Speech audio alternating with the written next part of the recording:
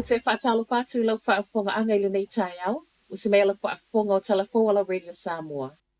Whaatumolia Western Springs i Aukilani le whaaiunga le vaiaso le whaita wafe na awaiai i le Pacifica Festival.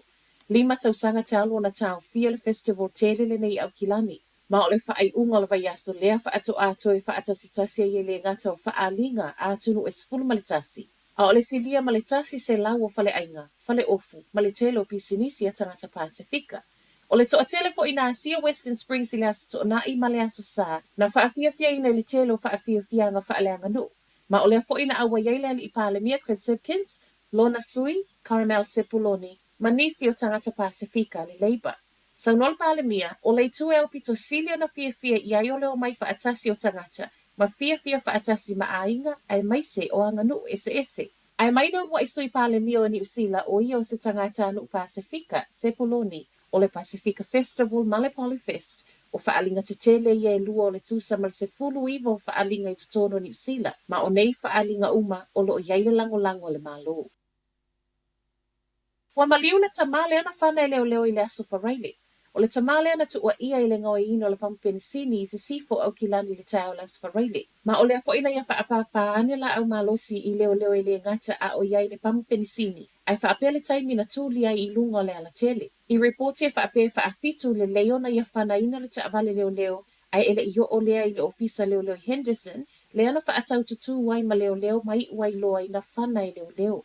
Sa whaiailo na ta o tonga ma o le afiafi lavo le asfaraile na whaamaunia mai ai ua umalo na soifua. O lo o whaiaso eso enga le ofisa leo, whaapea ma le vaenga tū to atasi, whaatatau i le nei ma ta upu. E na o le to atasi le leo na whaamanu aliai pulufana ma e o mai ana nafi, o lo o tatala mai pe leo le avanoa e wheso o ta ia tuai i lātou na moli mawina pe na iai foi i le taimi na tupu ai. Wa amata polo kalame whaamasani ma whaalau tele a tiri ai leilo o fō mai mai whafo i ta iala o au nanga whaafo mai i New Zealand. Ua sa waile mai a sawa reporti ale pulenga le soifua maloloina. E silia ma le ono se lau fō mai sinia, ma le lua afe lima se lau tau si mai, o lo uti e le au whai ngā luenga i whale mai.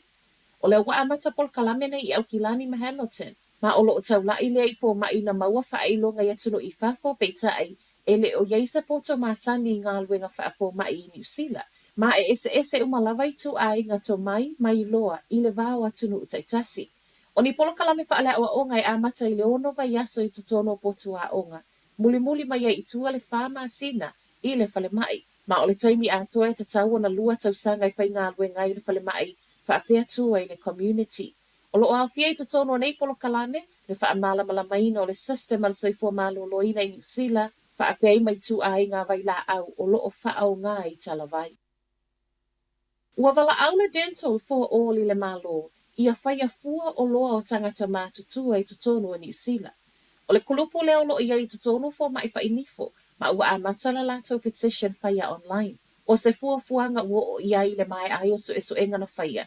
Ma wai o le tusa ma le tolo kuata o tangata mātutua i New Zealand, e le o e wa aile fo mai whainifo, ona e taungataa.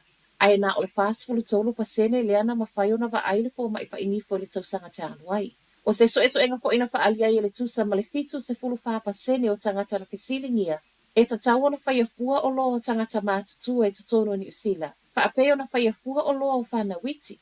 O le Auckland Action Against Poverty o lona ia fo i lea manao. Au a mataile petition le Dental for All i leso, a to e tepa ia November o le tausanga te anuai na saunoile minister tupe, Grant Robertson, a whaiefa a tupe le malo siaki nei o lona winga e silia maletasi piliona isi tupe wha o popo e maumia.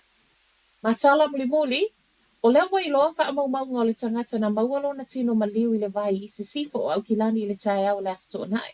O le mauai o le tino maliu o lea li ina wala au mai ai leo i tangata lau tele mo se fiso aswani. Pei tae o le pona wha mauti no mai ai ma wha awhetai e leo le community o leo wa iloa le na maualo na tino maliu.